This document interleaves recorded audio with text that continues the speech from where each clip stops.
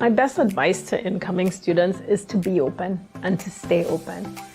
The students I love are the ones I meet before they've made a decision even, and they'll meet me in sort of a fair, university fair, or on a visit to the campus, and I'll say, what are you interested in? And they'll say, no.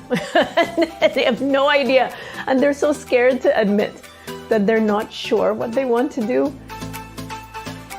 And then I'll meet some that will give me an answer.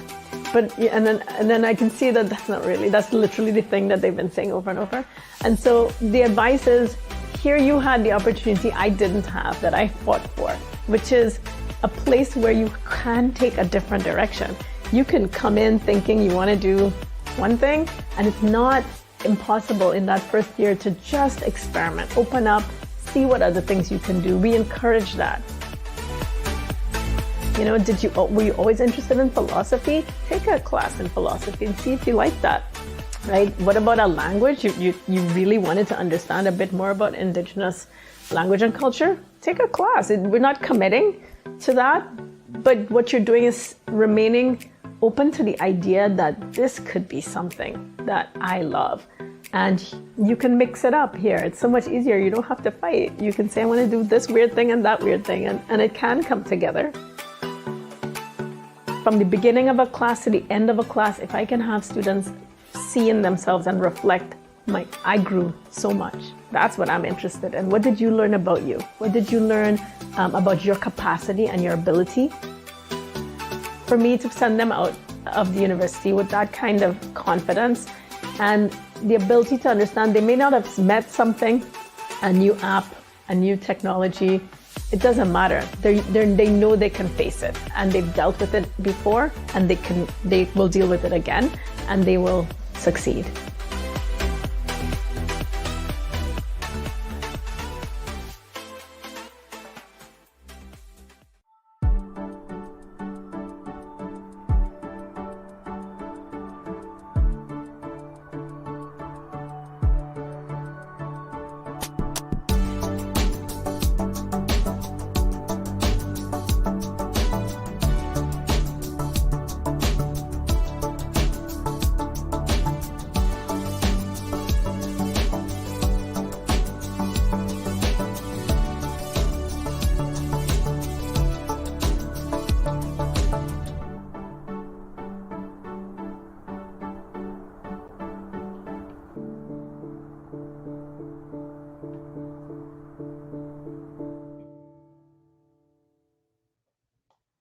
All right, good evening, everybody. Thank you very much for joining us this evening, and thank you for your interest in the University of Toronto, Mississauga. My name is Connor Savory, and I am a recruitment officer here at the University of Toronto, Mississauga. I'm joined today by my colleague OJ, as well as by Arianne, who is a current UTM student. If you two would like to introduce yourselves, please. And I'll start with OJ. Let's start with OJ. Awesome. Thank you all for coming today. My friends Melissa, Rohit, Cindy, and I will be in the chat answering any of your questions. So we're going to come back at the end of the event. And if any questions that you have that haven't been answered throughout, we're going to pose these to Connor and Arianne. So I'll be here on the back side of it, and we'll pass it on to Arianne. But for me, my position here is a diversity recruitment and admissions officer, and I'm here and happy to be able to help you out today. Arianne? Hi everyone, my name is Arianne. I'm a student ambassador, and I'm really excited to show you what campus looks like through my experiences as a student. All right, thank you both very much. So in just a couple of minutes, I'm going to be passing the floor over to Arianne. Arianne is going to be giving you a virtual tour of our beautiful campus, teaching you a little bit more about our school and talking about her experiences as a UTM student. If anyone has any questions at any point during this presentation, please do not hesitate to ask them in the chat. We're also joined today by my colleagues Melissa and Rohit, who are current UTM students, and they're going to be joining us in the live chat to help answer any questions that you may have. At the end of this presentation, my colleague OJ and I are going to be rejoining Arianne back on screen, and we're going to be going through a question and answer period before we wrap up this event. So to begin our presentation, we would like to acknowledge the land on which the University of Toronto operates. For thousands of years, it has been the traditional territory of the Huron-Wendat, the Seneca, and the Mississaugas of the Credit. Today, this meeting place is home to many Indigenous people from across Turtle Island, and we are grateful to have the opportunity to work on this land. So, as you all likely know by now, the University of Toronto is one university with 3 campuses, meaning that you actually have 3 different learning environments to choose between. All 3 of our campuses has something unique to offer, but the important thing for you to remember is that at all 3 of our locations, you'll be getting the same world-class education and graduating with the same University of Toronto degree. Our Mississauga campus is located in Mississauga, Ontario, just 30 minutes to the west of Toronto, Ontario. Our community is home to 15,000 undergraduate students studying in the arts, the sciences, and business.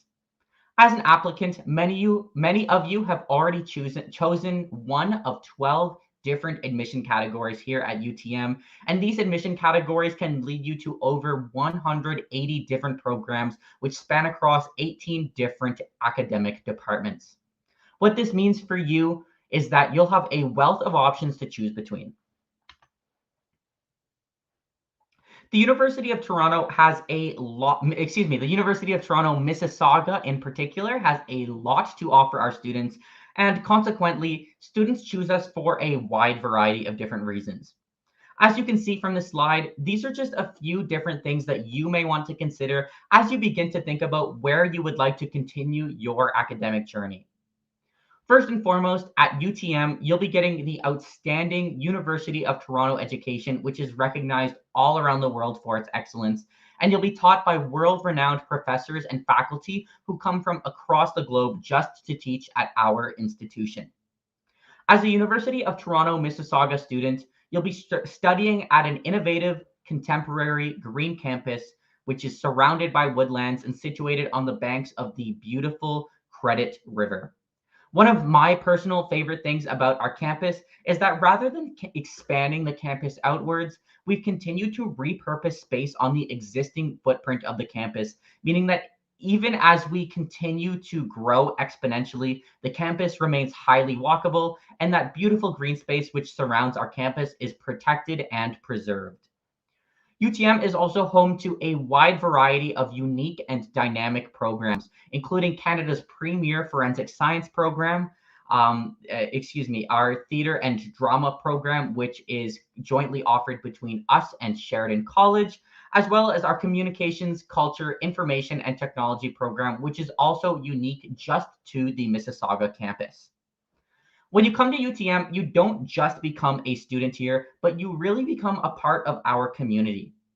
With that comes a wealth of opportunities to get involved, to build relationships, and to make a tangible difference in our community, as well as an abundance of supports in place which are designed to meet you exactly where you are, helping you with your transition from high school to university and ensuring your academic and professional success both as a student and beyond. Finally, thanks in part to all of this, we attract students from around the globe. With students from over 110 different countries around the world, we have a truly global community, and we are extremely proud to have the opportunity to nurture cultural diversity and build global fluency. Now, as you all can probably tell, I can go on and on about all of the wonderful things that make our campus and our community great. But luckily, we have the incredible fortune of being joined by one of our current students, Arianne. So with that, I'm going to call Arianne back onto the screen. She is going to give us a virtual tour of the UTM campus, teach you a little bit more about our school, as well as her experiences as a UTM student. So Arianne, please take it away. Thank you, Connor. So hello again, everyone. My name is Ariane, and I am a fourth-year student pursuing a double major in political science and French. So just a little bit about me. I am a student ambassador team lead for student recruitment and admissions, and that's part of the work study program, which I'll be talking about later. A fun fact, I was actually born in the Philippines and I moved to Canada when I was 8. I was very fortunate enough to find a community of Filipino students on campus, and now I'm the president of the Filipino Student Association. So I'll be talking about my co-curricular involvements in this presentation as well. And as well, on this tour, you can expect me to talk about all the buildings on campus, where I go to grab a bite to eat, as well as where my favorite study spots are. So let's start with the Knuff Center and Innovation Complex.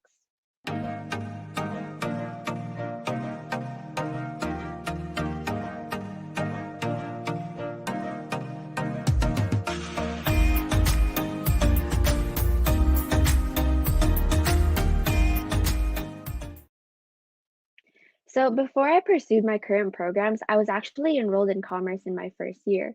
For me, my career goal is to eventually become a lawyer, and I thought, oh, corporate law is very interesting. So I chose to apply to commerce. And during my first year, I took political science and French studies courses as my electives. And then it was at the same time that I decided commerce was not for me. So I decided to fully pursue political science and French.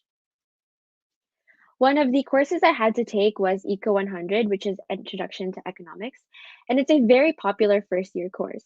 So in this lecture hall, I held about 300 plus students, and this is KN 137. Other courses I took in here were Pol 114, which is Politics in a Global World. And who knew that this elective would lead me to pursue a major in political science? And although we are attending classes remotely this month, once classes are in person, I would be taking my Ant 214 class here, which is Anthropology of Food and Nutrition. In short, it's about the dietary patterns of human ancestors. It's a very interesting course, so I can't wait to begin my course this Thursday. So another resource you can find here is the Economics Aid Room, and this is where professors and teaching assistants have their office hours. So teaching assistants, or TAs as we call them, are typically students in their upper years who have succeeded in this course or potentially graduate students as well.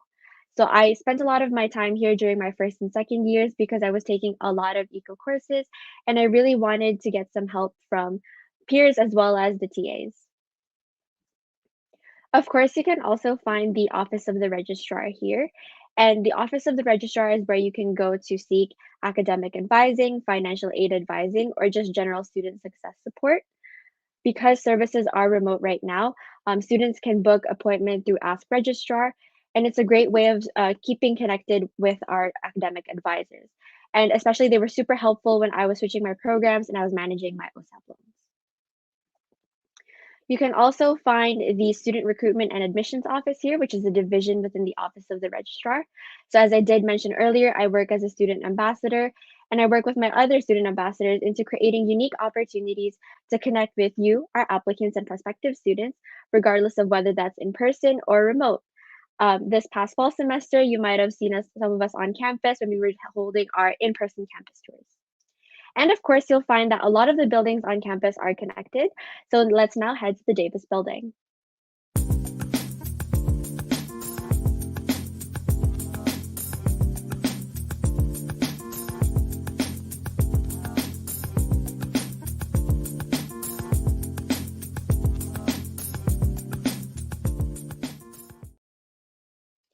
So this is the William G. Davis building, and it was actually recently renovated in 2019. One of the resources you can find here is the Center for Student Engagement, or CSE. And I actually had the pleasure of working with them back in second year when I was a peer leadership coach. I was responsible for facilitating the UTM Lead workshops. And essentially, these are a series of leadership seminars where students can gain skills outside of the classroom. Activities like this can earn you a notation on your co-curricular record, which is a document that summarizes your involvement throughout your undergraduate career. They also organize lots of events for students, one of which is a series of academic department orientations, or ADOs, and they do it during orientation week. So when I was in first year, I attended the commerce one, and I learned about how to leverage my resources so that I could have a successful academic year. Another great resource is the Career Center. And what they do is they organize mock interviews and resume critiques. They even do LinkedIn critiques now. So if you're applying for jobs on or off campus, definitely book an appointment with the Career Center, because I really felt that booking appointments with them, attending their workshops, made me a strong candidate and led me to be hired for work study jobs. Of course, you can also find the experiential education unit here. And essentially what they do is they provide students with opportunities for learning outside the classroom. So I am actually currently in a research opportunity project course for French, and we do like research on language acquisition. And this specific research actually focuses on how Arabic and Mandarin speakers learn the French language. So it's very cool, and you get a course credit just for taking this course. And this wouldn't be a campus tour if I didn't talk about where you can grab food. So in the Davis food court, we have lots of food options. So we have like Harvey's, we have Thai Express, and my personal favorite is Bespoke Mongolian Grill, where you're able to customize your own food bowls. We're now going to be heading on over to the Rock to learn about the athletics facilities.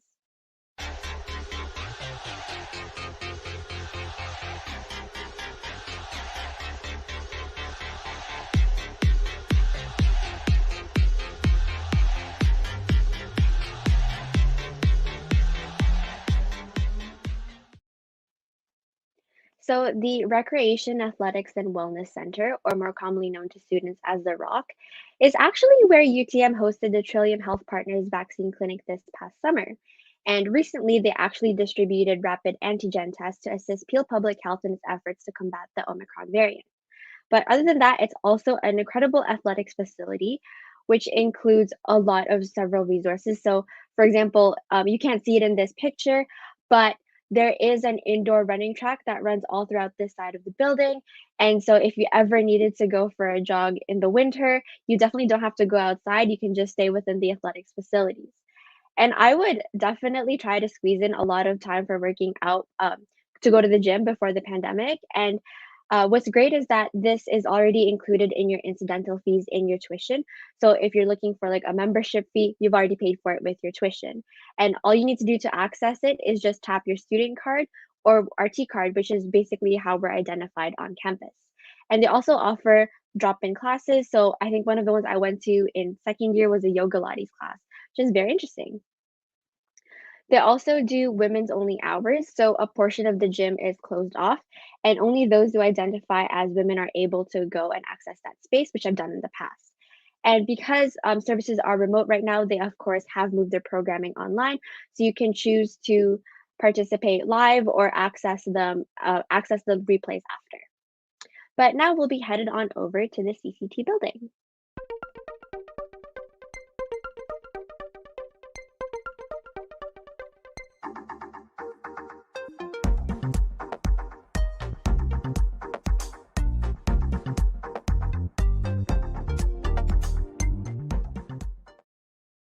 So this is the Communication, Culture, and Technology Building, or CCT. And what you can find here is CC 1080, which is one of the two largest lecture halls on campus, holds a maximum of 500 students. And as you can see on the picture, it actually looks like a movie theater. So just a comment on first year classes, they do tend to be large. For example, my MGM 101 class in first year, which was Introduction to Management Functions. It's a very popular course, but also a lot of students are taking the same prerequisite courses in order to get into their program after first year.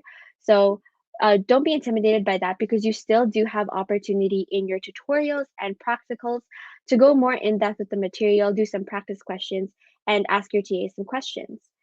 And there's definitely a lot of opportunity in these tutorials and practicals to interact with your peers. You can also find the UTM service desk here. And this is actually where I got my T card and I set up my UToronto email.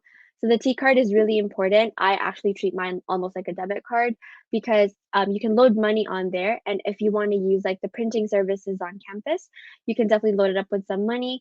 Just swipe it on the printer machines and it'll print your assignments out for you. And for your UToronto email, that's actually how you're contacting your professors. So it's definitely important to set that up before classes start. We're now going to be headed on over to the Hazel McCallion Academic Learning Center.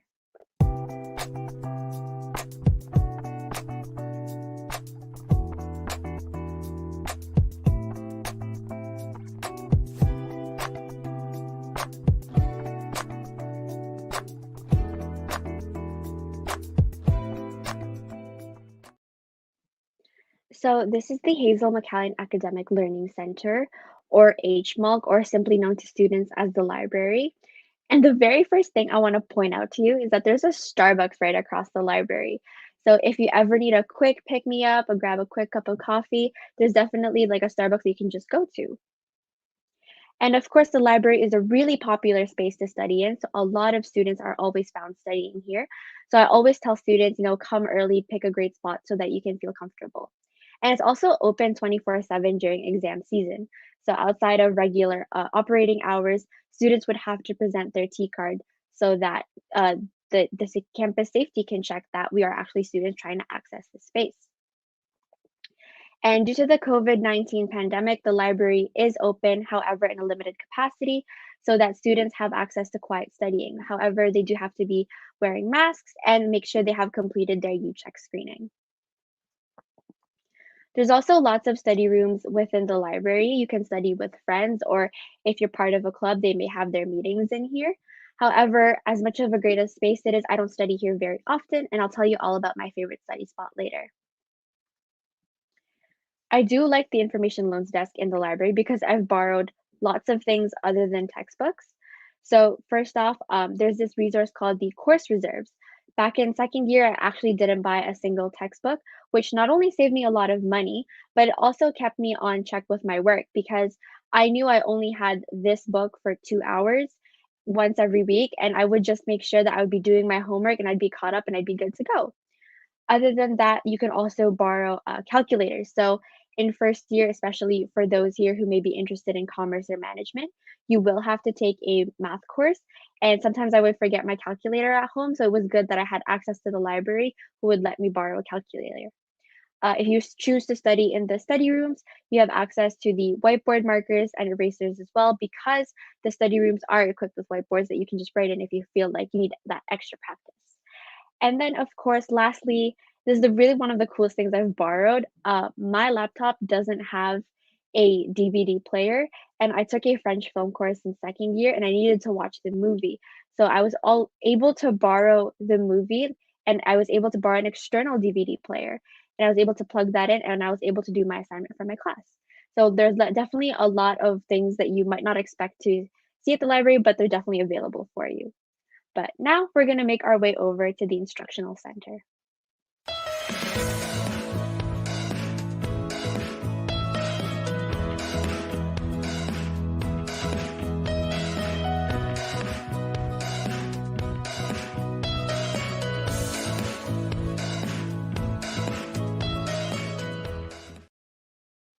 So this is the instructional center, or more commonly known to students as IB. And this building is actually not affiliated with any academic departments. It's a building full of lecture halls and lots of study spaces. So this building contains the other large lecture hall on campus, IB 110. It's also a 500-seater hall, and I had my Mat 133 class here, which is a first-year calculus for commerce. So as you can see, when classes were in person, they did have these saran wraps so that students were encouraged to social distance. You can also find the shuttle to go downtown here, so it's the bus stop, and the shuttle takes you from the instructional center to Hart House at the downtown St. George campus. So although I didn't take any courses at UT St. George, I still found it convenient for commuting. And it was also paid for within incidental fees in my tuition, so I didn't have to pay additional fare every single time I used it. And this feature is only exclusive for UTM students. So let's say a UT St. George student wanted to take the shuttle bus to UTM, they would have to pay a fee every single time. And of course, there's lots of amazing food options. So they have quesada for burrito bowls, Subway, of course, and the sub of the day has saved me when I really needed a quick meal. And they also have bento sushi, and they have like these bento boxes and these super delicious rice bowls. So there's always lots of these amazing food options if you ever need to grab a bite between classes. But now we're going to my favorite building, which is the Manjue and Demoanon building.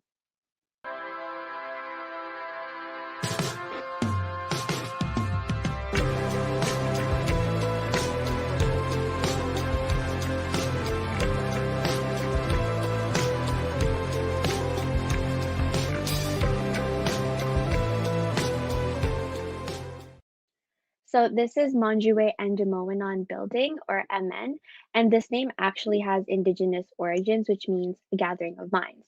And this is personally my favorite building on campus. So it's home to the departments of political science and language studies, which are my current programs. So if you know me, I talk a lot about going to professors and TAs office hours because not only do you get that extra time to get clarification on lecture material, but you also get the chance to build professional relationships with your professors and TAs.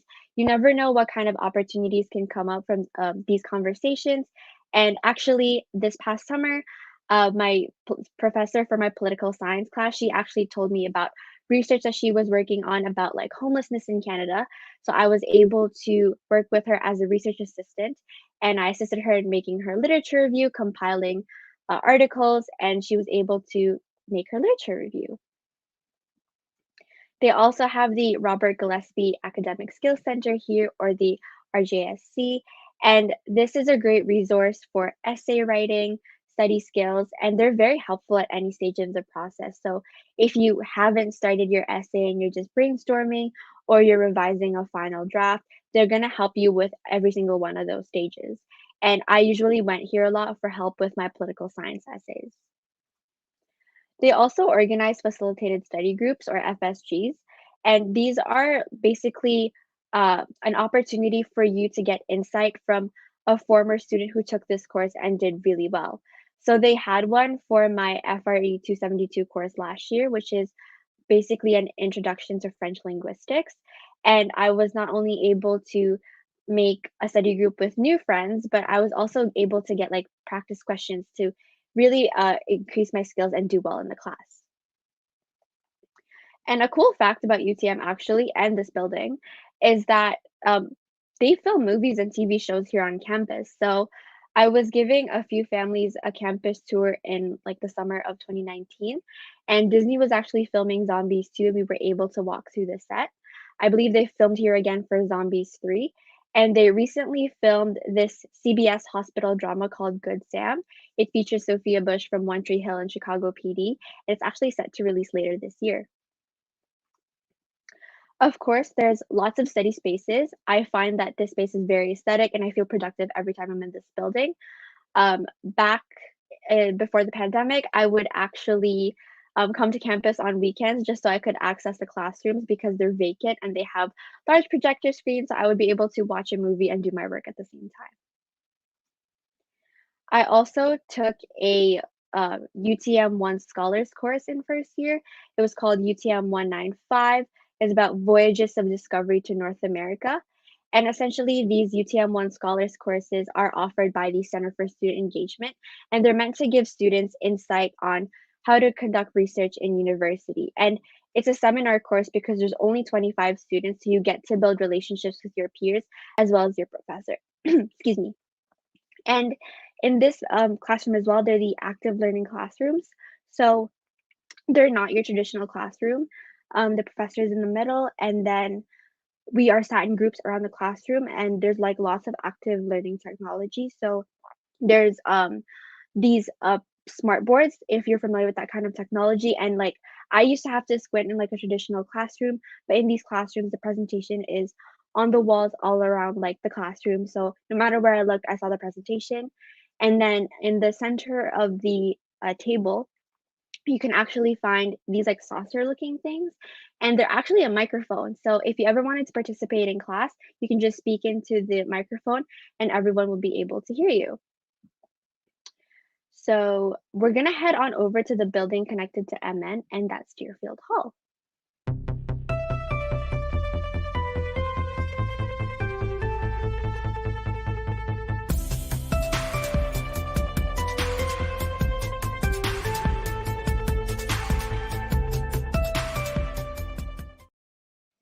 So this is Deerfield Hall, or DH, and when it opened back in 2014, there was actually a naming contest when it was before it opened, and they took submissions from everyone in the community, and a staff member actually suggested Deerfield Hall because it's very fitting of our campus.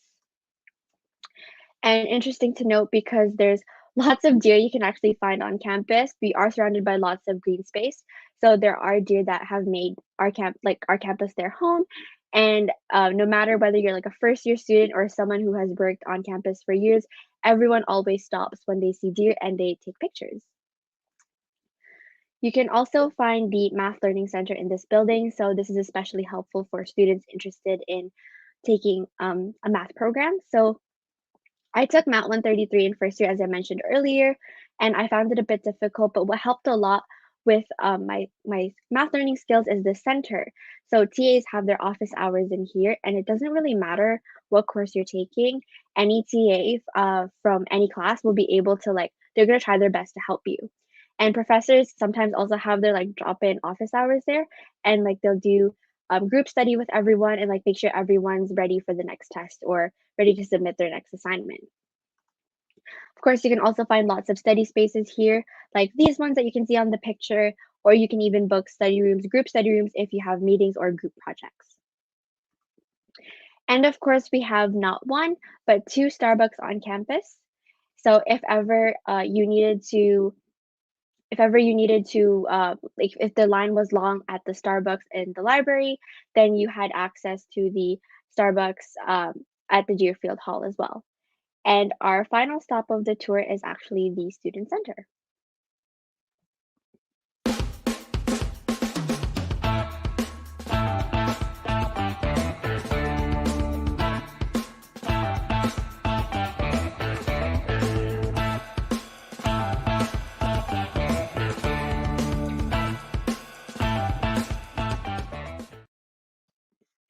So if everyone could just give me a quick moment, I'm experiencing a bit of technical difficulties. I'll be right back and I'll just get the slides running up back up for you.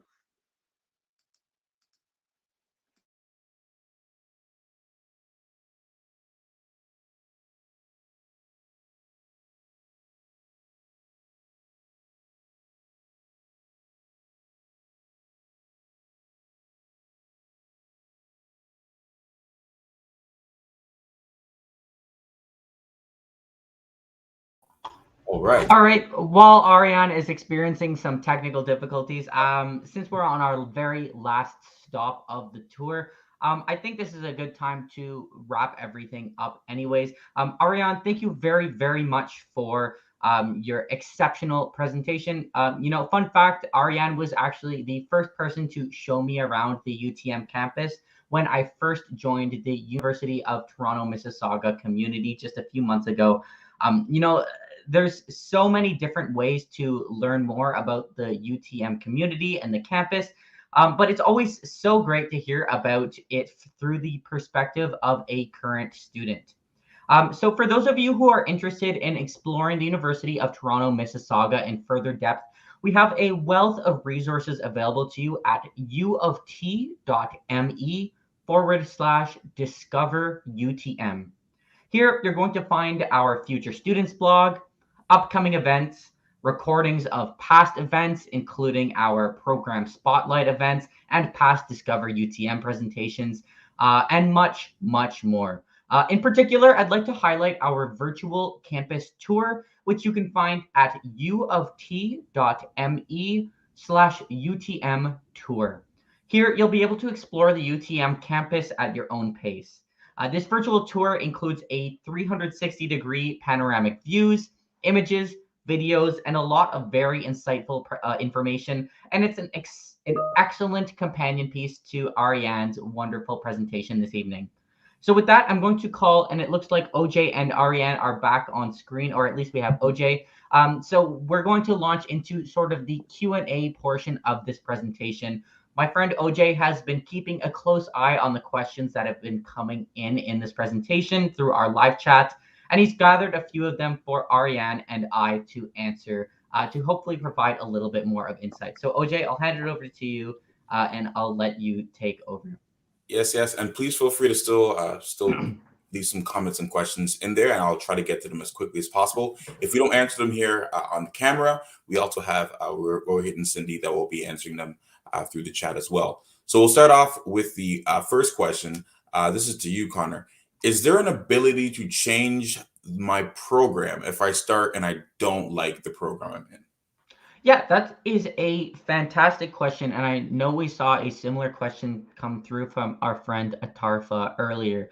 Um, General rule of thumb is that yes, this is absolutely possible. I didn't go into a lot of detail about this earlier, but the way that studying at UTM works is that you are admitted to one of 12 different admission categories. So you'll be studying under that admission category in your first year. And this is really your sort of general, we like to call them a cluster of programs.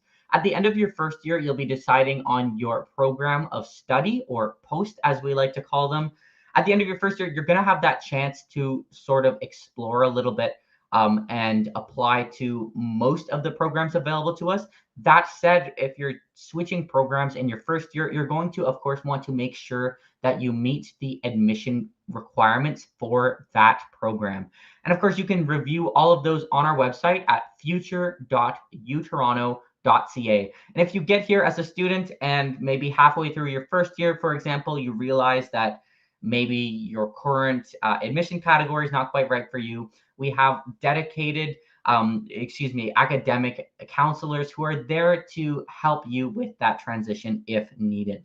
Great question. Thank you. Not a problem. And the next question is for our amazing Arianne. So let's just say I'm a student and I'm trying to, get involved. I want to meet new people or really just find my way around the campus. What are some, maybe like some student clubs that you can suggest that maybe you did or that are really interesting to take part of? Yeah, so definitely there's over 120 clubs on campus actually. So whether you're interested like for culture, recreation, or like any kind of reason, like for example, I know there's a club on like Cause for Pause, and all they do is they really want to raise funds for students who have pets, but also for those in shelters.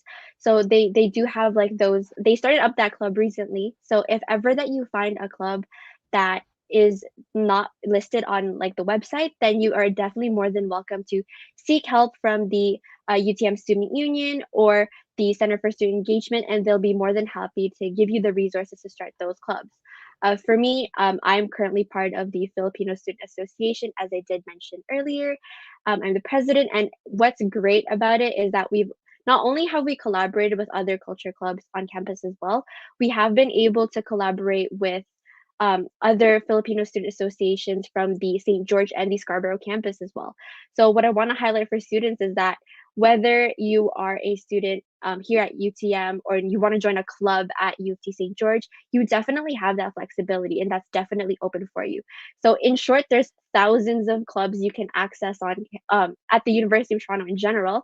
And there's even like clubs week in the beginning of the year in September. So you have all of these clubs showcasing what they do, how to get involved. So there's like a whole slew of events to be able to meet new people. Awesome. Thank you so much for that. And that is the key part also, is to meet new people. That really does help. All right, so we're going to swing back over to Connor. Can you double major? Yes, this is a fantastic question. And once again, I touched upon it very, very briefly earlier. To sort of repeat a little bit, when you are admitted to UTM, you are admitted to one of 12 different admission categories. And then at the end of your first year, you'll be applying to, or you'll be deciding on your program of study or post.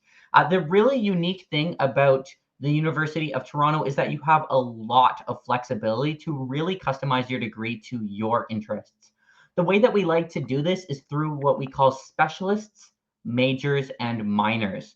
And really the key difference between these three is in how much you're going to be specializing in that one particular area of study. So if you've identified one subject area that you're really, really interested in, you might be interested in, say, a specialist option where you'll be focusing most of your studies on that one particular subject. But we, of course, know and understand that there's a lot of students out there who maybe even after completing your first year of study in university, you can't pick just one option. So there's a lot of flexibility. You might choose to pick up two different majors in two unrelated subjects, like our friend Arianne has been doing already. Or maybe you want to pick up, say, a major and two different minors.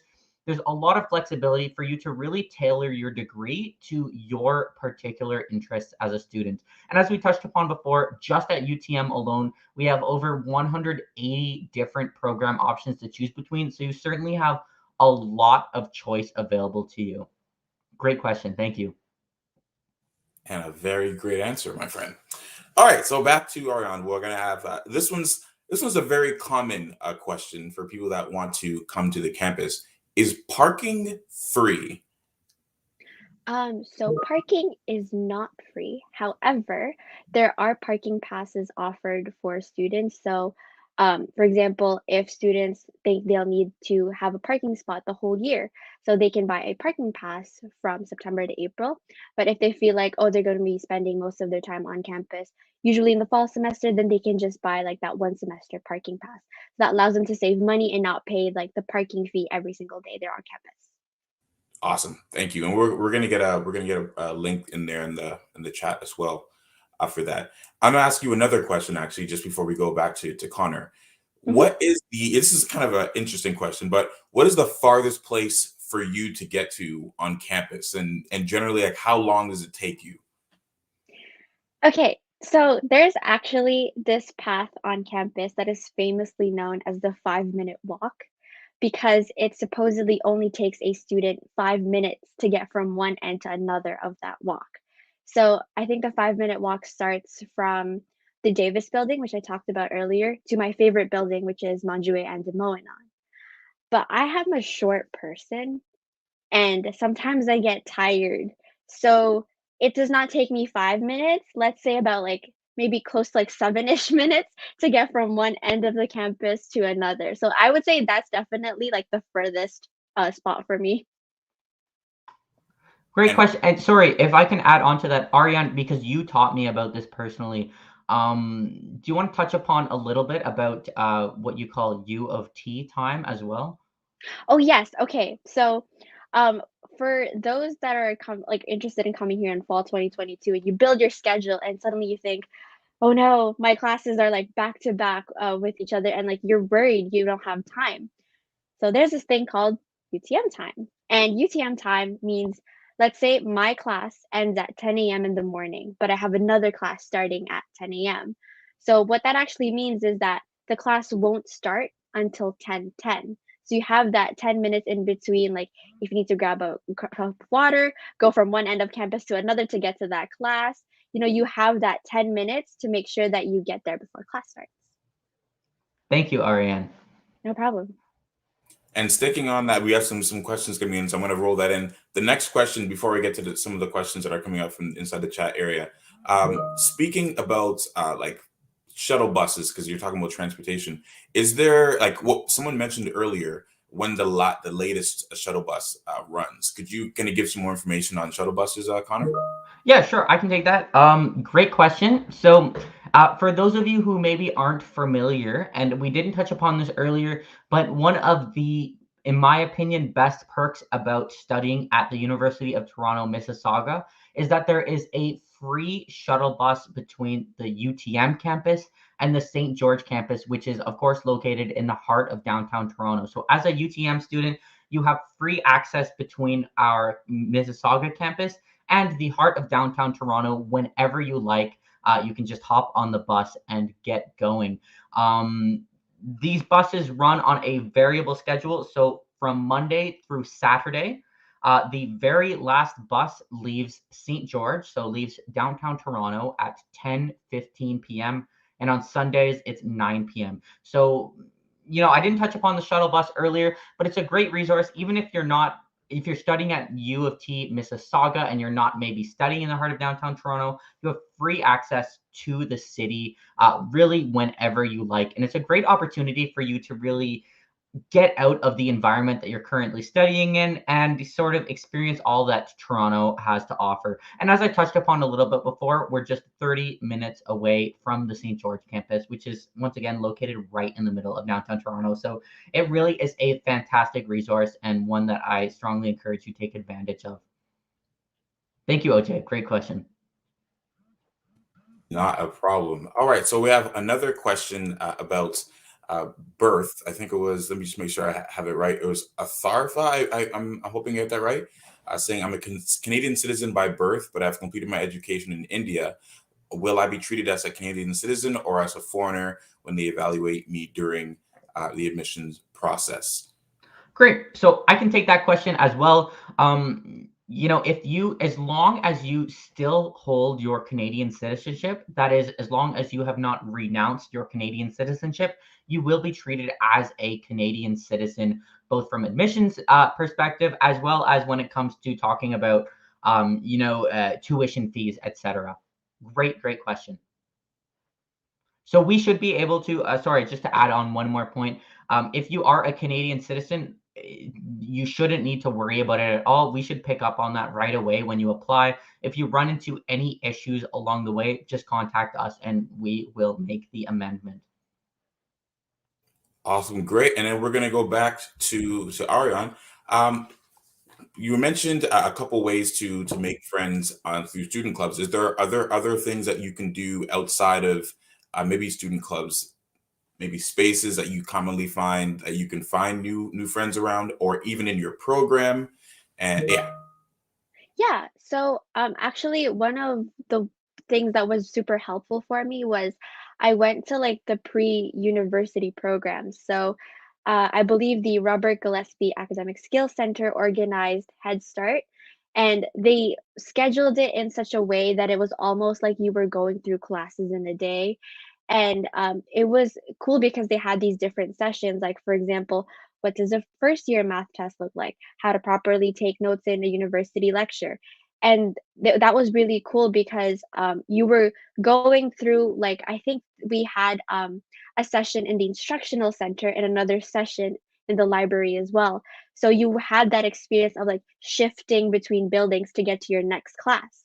And because I would have some of the same people in my sessions, we actually got to know each other and like exchange contacts. And we were like, oh, we should definitely like hang out like when school starts. And when it came around, like the first week of September, it was time for like the student union's frosh that they organized. So basically freshman orientation. And it was a bit overwhelming at first because there's so many students on campus and there's a lot of like spirit and like campus spirit, and it was like a lot to experience at once. But because you like do get divided into these smaller groups to like really meet people, and a lot of the people I met weren't even in my program, so I was able to like already right off the bat make friends with people from outside my program, and I'm still friends with those people to this day. So when you attend like Head Start, Frosh, those orientation week events, I think those are really great. And if you live on residence has these designated like community events as well,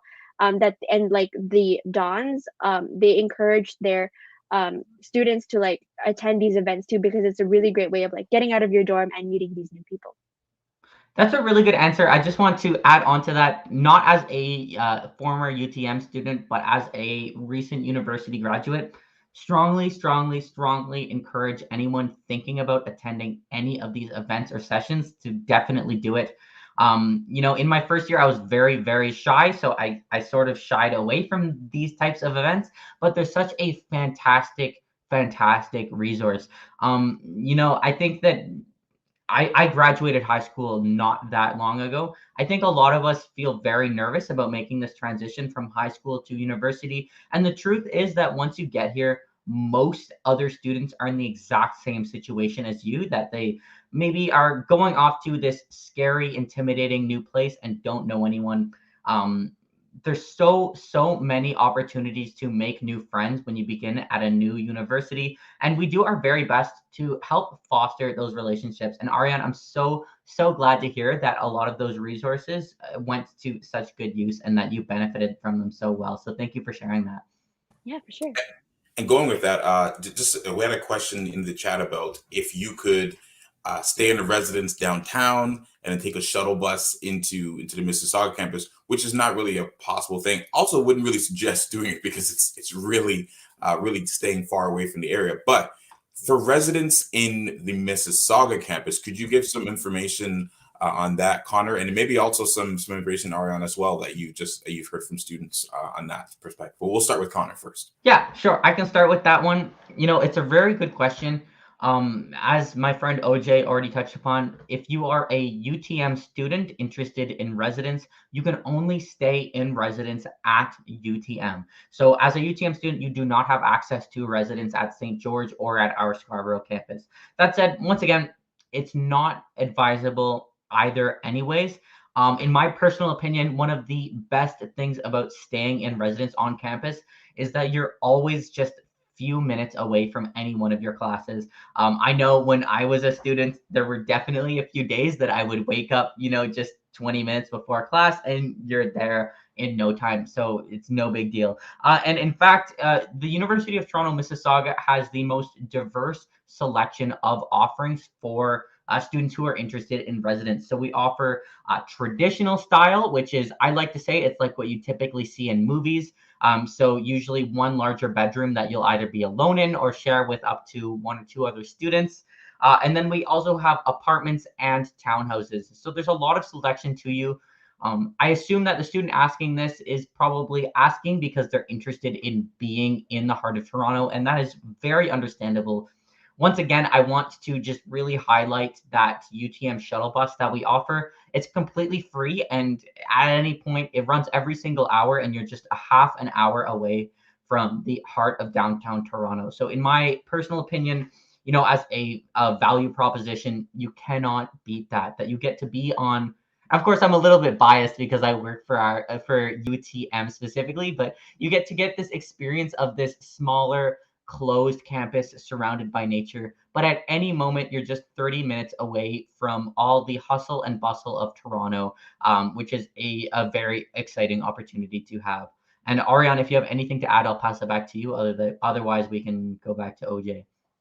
Yeah, so just a quick note, actually, for students interested in applying for residence, if you apply and pay your fees by the stated deadlines, there is a first year residence guarantee.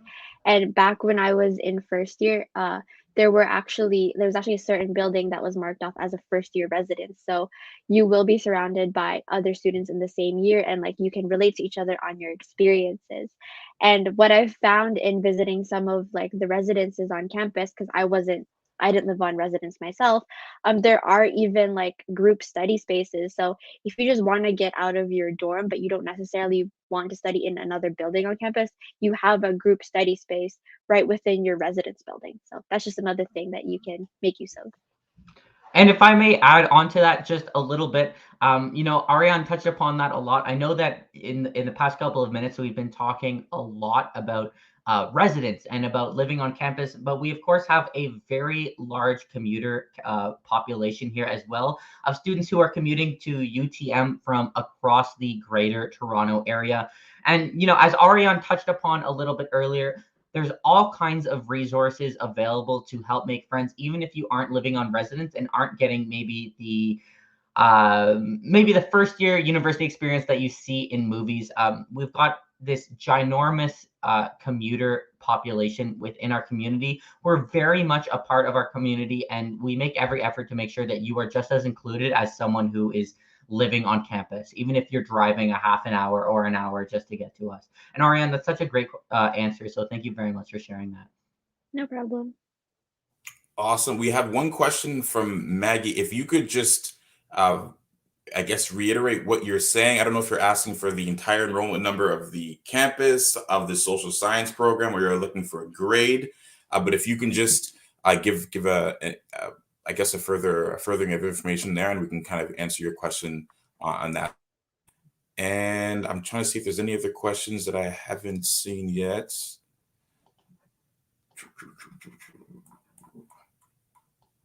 I think that the chats have been answering most of the other questions. Someone asked about the chemical engineering and chemistry program. We don't exactly have that program at the Mississauga campus. I guess that's the short form answer to that. But I guess just as another question to that is, as Connor was saying earlier, you can decide to change program later on. The engineering program is a very, very hard program to transfer into. So it does make things different. Anyways, what I would suggest to do is to send us an email for further questions on that. And I'm going to try to see if we have any other questions that came in. Just to add on to that real quick, OJ, that's a fantastic answer. And ultimately, if you're still applying as well, you have the opportunity right now to apply to all 3 of our campuses as well. So even if you're in a position right now where you're like, I'm not really sure what I want to be studying. I'm not really sure where I want to be studying. Just apply to all three of our different campuses or to whatever programs interest you. If you're very lucky, not everyone, but a lot of students, you might end up with multiple offers to U of T. And that's also a decision that you can make further down the line if you feel like you might be able to make up your mind, but you might need a little bit of time to make that decision. And you know what? While I'm on that topic, I wanted to just highlight very, very quickly that for those of you who are maybe thinking about applying to the University of Toronto, Mississauga, but who maybe haven't made your mind up just yet, I just want to remind you that tomorrow, January 13th, is the deadline to apply to UTM. So if you're thinking about it, you're on the fence, please just apply. Tomorrow is the very last day that you can apply to be considered for admission this fall. And to further answer the question about the engineering program, what I would suggest to do is to book a one-on-one with one of our recruiters, and we can give you more information about that, and also connect you with more UTM program details, and possibly something that kind of correlates with it, that's closer to it on the Mississauga campus. But if you do want this direct chemical engineering, the St. George campus will be the area you want to go to. Let me just look through one more time to see if we have any other questions. Let me know. Otherwise, I'm more than ready to wrap it up if necessary. Yeah, we got about 3 to 4 minutes left. So any other questions you want to throw in, you can throw them in quickly. Someone's asking where the forensic science program, what building it's in. It's if Arianne, I think you kind of showed it during I don't even know if we have a picture of the map, but it is kind of on the I'm going to say the corner of the campus, which isn't really going to be helpful for you to see, but give a better description of that. I can touch on it a bit. Essentially, like, yes, there are buildings on campus where you can like find your specific department. So, for example, the forensic professors may have their office hours in, let's say, the Terrence Donnelly Health Sciences Complex, which is actually where one of the Mississauga Academy of Medicine is, or it could be in the Davis building as well. So, but that doesn't necessarily mean that all of your classes will be in those two buildings. It depends on the size of the classroom. If it's a first year course, chances are it could be in that CC 1080 or IB 110, or it could be a small classroom in MN building. So it really depends on what available space the department chooses for the course. And what's cool about the forensic science program, actually, somewhere on our campus, when you go down the trails, there's actually a crime scene house, and students are able to do their practicals in there. They uncover up evidence, DNA, and I've been in there for, I think, a faculty event, which is organized also by the Center for Student Engagement, and we were able to do like a mini escape room in that little forensic crime scene house. So it was really cool. I'm not in that program, but it was cool to see like what kinds of things they do. That is great. And you know what? I'll say I'm very, very, very jealous that you had that opportunity, because I'm so curious to see that forensic crime scene house that we have set up. We've got so many fantastic and just really, really interesting resources available to us on our little campus. Arianne touched upon it already. There, of course, are certain buildings that are maybe a little bit more specialized, we'll say, towards a particular subject area. But ultimately, you should expect that you'll probably have classes across campus, especially in your earlier years of your undergrad. And, as I covered a little bit earlier, we're very lucky that we have such a highly walkable campus that you can get from one side to the other in not very much time. So OJ, unless you have anything else, I think that'll be our last question for the evening. Yeah, I can ask one last very, very short question. This Quick is for one? both of you. It's for Sure. both of you. Favorite food on the campus? I mean, personally, the office that I work in is very close to our Davis building, and there's all kinds of options. I personally I really like Harvey's, and there's a Harvey's in there, so it's very nice to just be like a 5-minute walk from a Harvey's every day that I am at work. That said, we've got a variety of different food options across campus. And you know what? Ariane has been on campus a lot longer than I have. So, if you have anything to add, please do. I Yeah, also heard so there's a burrito place hiding somewhere, but I haven't gotten to try it yet. So, oh yeah, so quesada, that's the one that has like the burritos, and they also do burrito bowls, which is really delicious too. I did mention in my like tour that it's the bespoke Mongolian grill because they do have rice bowls. But I do want to add on that the Blind Duck Pub, which is in the student center, they have these mac and cheese bites with like spicy sauce, and it's like their cheap eats for like $5. I really like that. It's really good. So I just want to share that with everyone. okay, awesome. Ariane, thank you so much for sharing your experience. For the sake of time, I think that's going to be our very last question for the evening. Thank you, Ariane, OJ, as well as our students, Melissa and Rohit in the chat for their assistance in this presentation. And of course, thank you to all of you for joining us this evening. Once again, don't forget to check out our virtual campus tour at uoft.me/UTM tour. I'd also like to note that we have a variety of online events coming up. In particular, I'd like to highlight our recurring Ask a Recruiter sessions. Here, you're going to be able to join either me or one of my colleagues, such as OJ, in a small group meeting where you'll get to ask any questions that you might have. Remember to follow us on social media. We are at UTM Future. And if you have any further questions after this presentation, please do not hesitate to contact us. We really love speaking with our applicants, and we would be more than happy to help you. So with that, thank you all again very much. Have a wonderful evening, and we wish you all the very best of luck. Thank you.